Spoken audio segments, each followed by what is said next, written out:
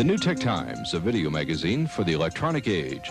In this edition, electronic surveillance. Is Big Brother listening in? Also, computer campaigns, dollars and votes by direct mail. Later, a story about the 60s generation making peace with the new technology. And a look at the latest in micro TVs. All this and more on this edition of the New Tech Times. The New Tech Times is brought to you through a grant from Wausau Insurance Companies. Times change. Wausau works. And by the collective voice of the consumer electronics industry, CEG, the Consumer Electronics Group, Electronic Industries Association.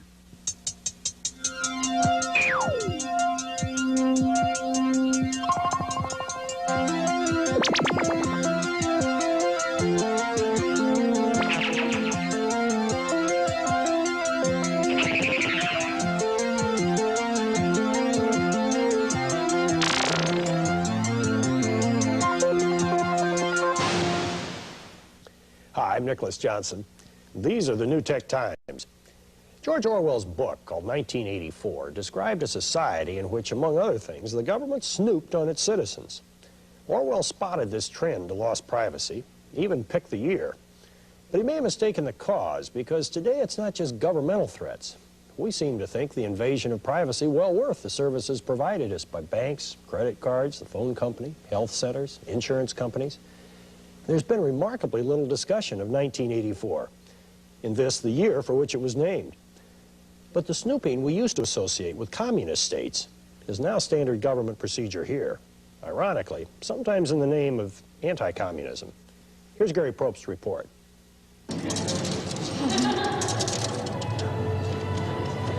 Yes, operator, Madison, Goodrich, Ron. One of our greatest technological innovations is the telephone. It allows us to talk to people across a continent with the same quality of sound as if you were talking with somebody across the room.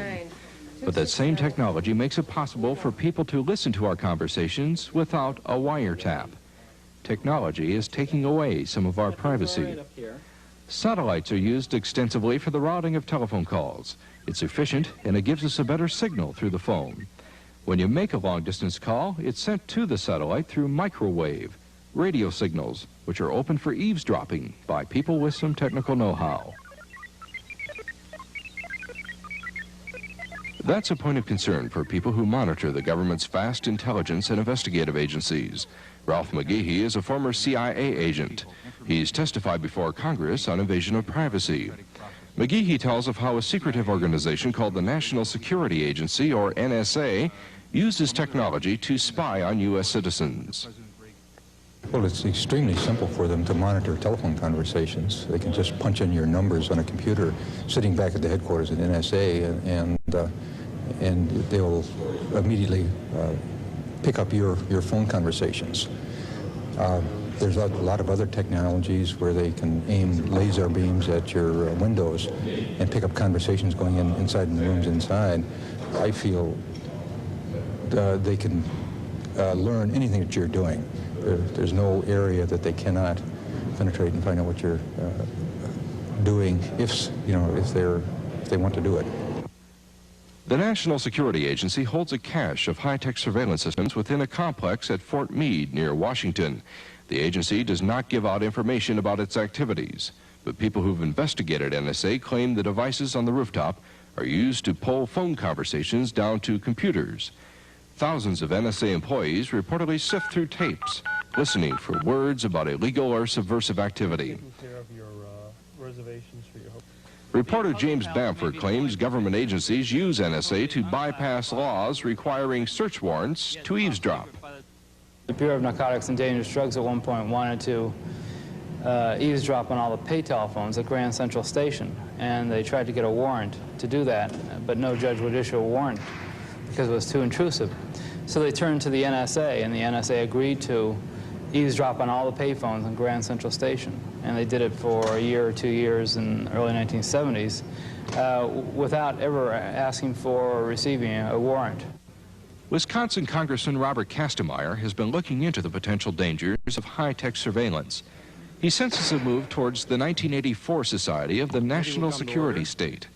Kastemeyer says even Congress is kept in the dark. Unless our science and technology committees or other committees learn about these things and ask questions, in which case they're probably informed on a secret, off-the-record, confidential basis that forbears them from disclosing it to others, they will not learn about these techniques in all probability. We usually can find out about them through technical journals and through others who become aware of them. Kastemeyer is considering a special task force to stop high-tech intrusions. There's a proposal in Congress for a privacy commission, which would have the power to search the government's intelligence agencies for evidence of abuse. Investigative reporter Jack Anderson says it's a good idea.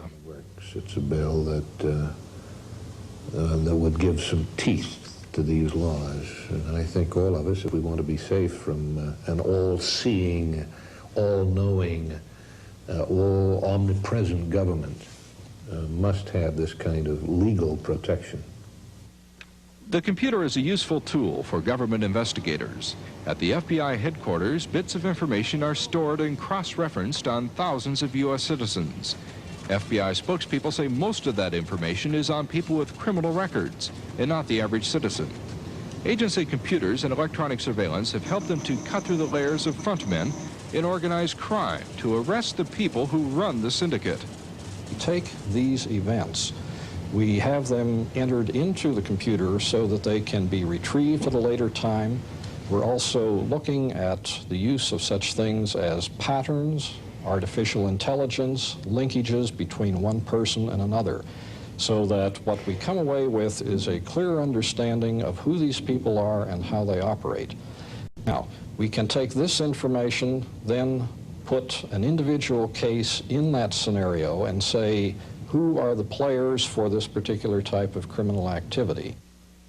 The agents say they still need warrants to eavesdrop, even if the phone conversation is going to a satellite. But critics of government investigative agencies claim the warrant procedure is a farce. There's a special secret court for such purposes, and requests for eavesdropping are never turned down. The director of NSA claims his agency does operate within the bounds of the law and only spies on suspected foreign agents. But critics of government eavesdropping don't believe it. So probably the need is for Mr. and Mrs. Voter to let his congressman know how he feels about privacy. They now have the instruments. They now have the devices. They now have the means to invade our bedrooms, our bathrooms, our desks, our files. At a push of a button, they can conceivably, with a national data bank, be able to know all about us from the day we were born to the moment I'm sitting here. Now, our founding fathers had a different sort of government in mind. The whole thing's been reversed. Our founding fathers understood the government by its nature tends to oppress those it has power over. They wrote the Constitution to protect the people from the government. Increasingly, the new laws and the new Supreme Court decisions are protecting the government from the people. And the government seems to have increasingly feel a need to be protected from the people. Government isn't the only threat to your privacy. Your friends may be in on the act. John Wickline tells a true story in his book Electronic Nightmare about an East Coast executive carrying on an affair with an Atlanta rental car agent. Turns out she'd been snooping through company records, discovered he'd rented a car in Los Angeles. She wanted to know why. Woodward and Bernstein, they relied on a credit card company's employee to make copies of a suspect's charge slips for them as evidence. And some of the snooping through computers starts off as good fun and ends up as very serious business. One young man who had such an experience is Neil Patrick of Milwaukee, who's joined us here in the studios. Hi, Neil. Welcome to the New Tech Times. Hello. How old are you, Neil? I'm 17 years old. 17. How long have you been playing with computers? For about 5 years now. I took a computer class in the 7th grade, and I became interested at that time. And you have a group called the 414 Club or some such thing. What is that? That is a group of people who were interested in computers, and eventually our interest grew until we felt that we were interested in accessing and using larger computers. And where'd you get the name 414? That's the area code of Milwaukee. It came off as a parody on the Milwaukee street gangs. I see. And the telephone is relevant because you used that in some way, right? I mean, tell us what it is exactly that you did, Neil. What we would do was, through our home computers, call up a local number and connect up to a network of computers. And by typing in an area code and a two-digit number, we could hook up to a number of computers across the country. This would be a service like Telenet. Yes. So it's a local phone call, but it connects you to these computers. Right. Now, I've done that, but once you get that far, you need a password and an account number and so forth. How do you deal with that problem? What we tried were passwords that were installed on the system or on the computer when the computer was first built. And just by trying these, what are called default passwords, we were able to get into close to 60 different computers. And give me some examples of what? Los Alamos Nuclear Research Laboratory, the Security Pacific Bank in Los Angeles, and the Sloan Kettering Memorial Cancer Center in New York. Well, this sounds like a little something like something out of War Games. What happened then to you? Tell our viewers after this experience. Well, a few months later, the FBI investigated, and they came to my house, and they came to other members' houses, investigating what they felt was illegal access of computers. So, as a result of this experience, do you have any advice for young people who might be similarly inclined? Well, what we felt at the time was an intellectual curiosity. We think now is something that really shouldn't be done. There's a great potential for harm and damage, even through our curiosity and our exploration that we did. Do you have any advice for companies, institutions that would like to safeguard their computers from the likes of you? Well, from what we did, prevention would be very easy. All they would have to do would be to change the default passwords that were installed with the system and just turn off the computer at night when they're not using it. Don't leave it up overnight, don't leave it up over the weekend when people with a lot of spare time can try and get into it. Neil, thank you very much for sharing your experiences with us. Thank you. Why is it we always seem to want what we can't have? You may not remember the first television sets, but if you do, you know the screens were very, very small. The challenge then was to make them bigger and bigger, until they now cover a wall. That goal having been reached, we now seem determined to make them as small as we can once again. You've seen a lot of the quality work of New Tech Times senior producer Barry Stoner on these shows. I thought you might like to see him as well. Here he is as a reporter and commentator, squinting to get a look at some of the smallest TV screens we could find. I'd like to talk to you about something new in TVs. Not this big color set with lots of features in a substantial cabinet. I'd like to show you something a little more modest. This television is black and white, but it is portable, very portable. It's called the Sony Watchman, about the size of one of those FM personal radios with a 2-inch TV screen. It can pick up both UHF and VHF channels, has its own built-in speaker and antenna. So I'm going to give the wheel a final spin here, and then I will ask you to give me a letter. If it's in the puzzle, you'll have 5 seconds to solve it. Vowels not worth anything, but consonants. I see something coming. $2,000. Okay. There's even a jack on the side here to plug in a video source like your video cassette recorder or a personal computer. Although if you intend to use it for word processing, you either have to have very good eyes or be a person of very few words.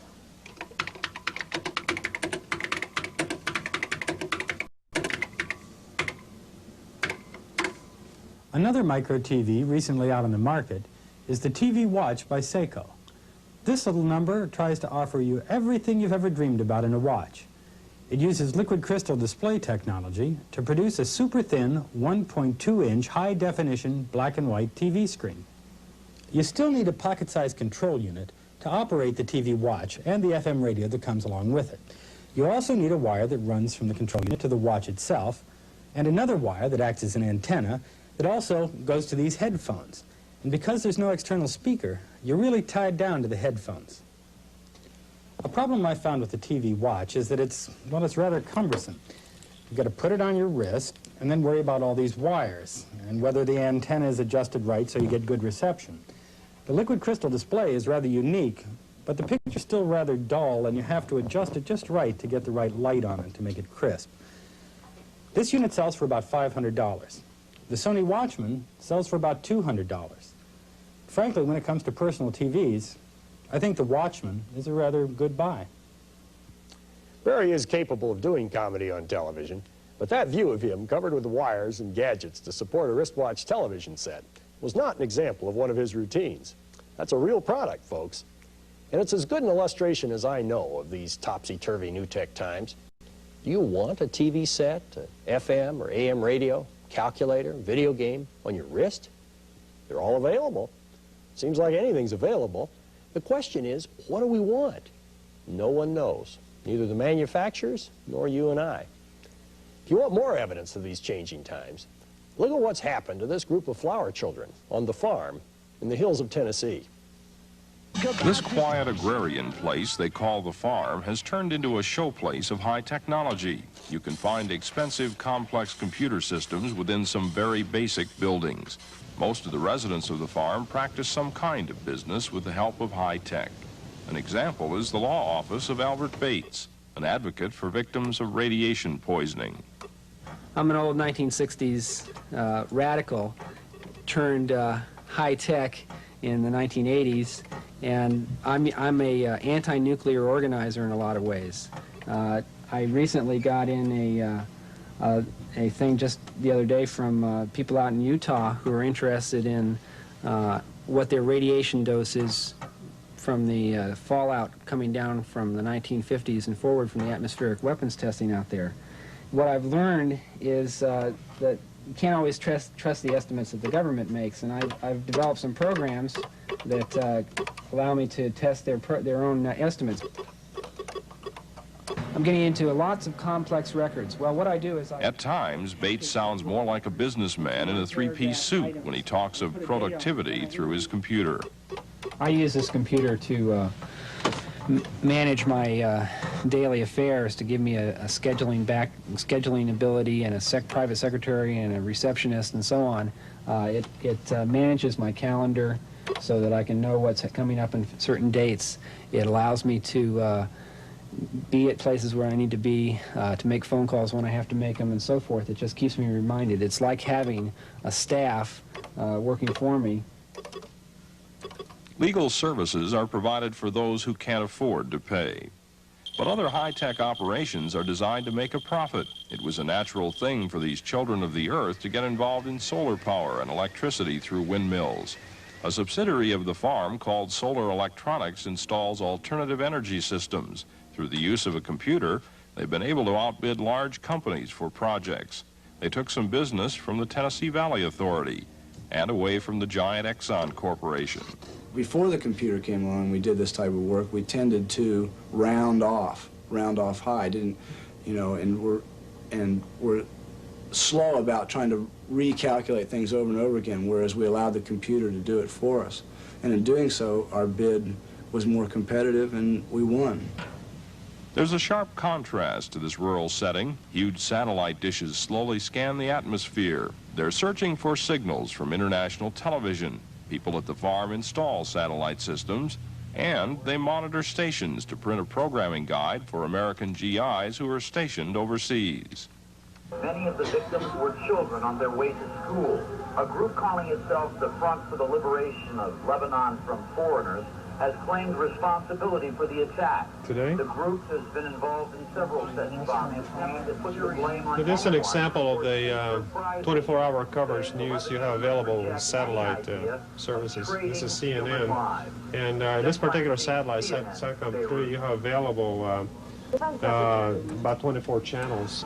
People at the farm also produce a magazine for satellite television. They publish a large number of books and pamphlets at their computerized print shop. This is the rural Tennessee version of the Silicon Valley, but the profits here in hill country are used not for high living, but for high ideals. People at the farm operate an international hunger relief foundation called Plenty. Money is channeled through Plenty to feed people in countries like Guatemala. and a small nation near South Africa. They teach better nutrition through soybeans. Plenty also started an ambulance service for the oft-times neglected residents of New York's South Bronx. At first, the idea of joining the high-tech revolution did not appeal to these gentle people. They drew a parallel between computers and the establishment. But now they understand that technology can work both ways to help anyone who learns how to use it.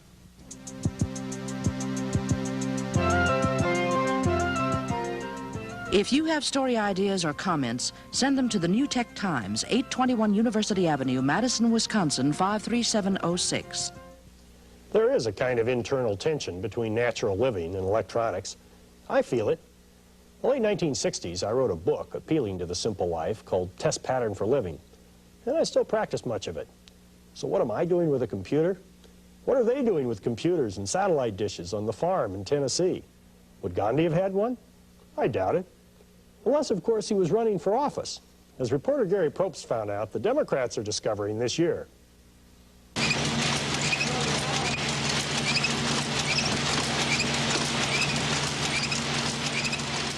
It's a seemingly endless flow of letters being stuffed into envelopes. They're heading for your town and your home. Some people refer to it as junk mail. Those who send it call it direct mail. It's used extensively by companies trying to sell you a product. We all receive some type of direct mail most every day. Now it's beginning to be used on a wide scale by special interest groups, organizations, and political parties. It's all made possible and affordable by the computer. Frank O'Brien is in charge of direct mail for the Democratic National Committee. It was impossible, 15 years ago for direct mail, whether it was commercial direct mail or political fundraising direct mail, to exist without the computer, because so much of it is dependent upon manipulating millions of names and just mailing those names, and then keeping track of the contributors' records, asking contributors for an amount of contribution that's equal to something they gave before. The Democratic direct mail system is just starting to roll. Computers were first being installed for the program in November, just a year ahead of the 1984 election. Before the computers, the Democrats bought lists generated by other organizations and companies. They also used voter registration lists. Those provided millions of names for the address labels, but not a lot of information on what kind of message would prompt people to send money or vote. The Democrats are now planning to sift through names and data through their own computers to make their effort more efficient. They have to, because the Republicans have been using computerized mailing lists for years. The difference between the Republican and Democratic parties right now in fundraising, which is about a 6-to-1 gap, is almost exclusively the difference between their being active in direct mail for the last 12 years and us for the last 3. An example of the power of direct mail is a set of figures from the Democrats. In 1981, they had 25,000 contributors. Today, they have more than 400,000. And those who give become involved in the political process. One of the axioms of political campaigning is that if you can get someone to contribute, you've got their vote. So that there's nothing, people have to back up an investment they make.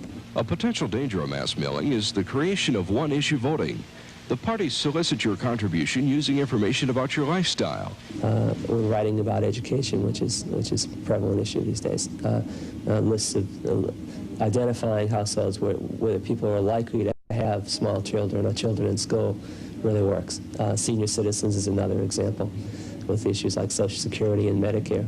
But O'Brien says the computer allows them to find a montage of issues that will be of interest to you, and they mail that information accordingly. It's important for them to be people who would support the party in a general way, because the real profit or the real income that we make from contributors is by resoliciting. And if we attract someone on a very narrow issue who's not going to be supportive of the party and the general principles of the party, it's going to work to our own detriment. This week we've gone from 1964 to 1984. Electronics are changing everything from alternative lifestyles to government surveillance, from kids watching television sets to programming computer screens. And where do we go from here?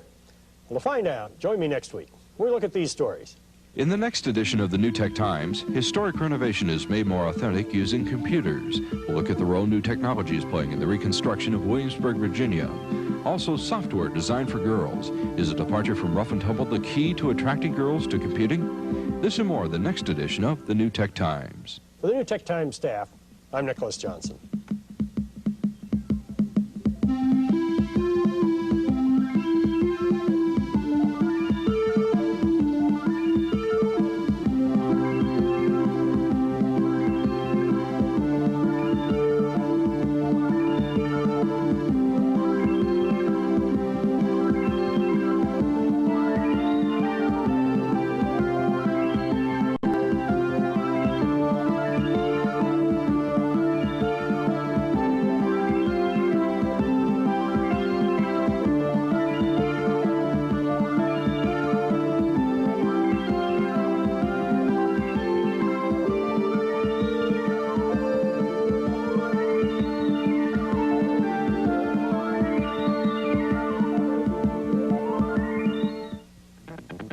The New Tech Times has been brought to you through a grant from Wausau Insurance Companies. Times change, Wausau works. And by the collective voice of the consumer electronics industry, the CEG, the Consumer Electronics Group, Electronic Industries Association.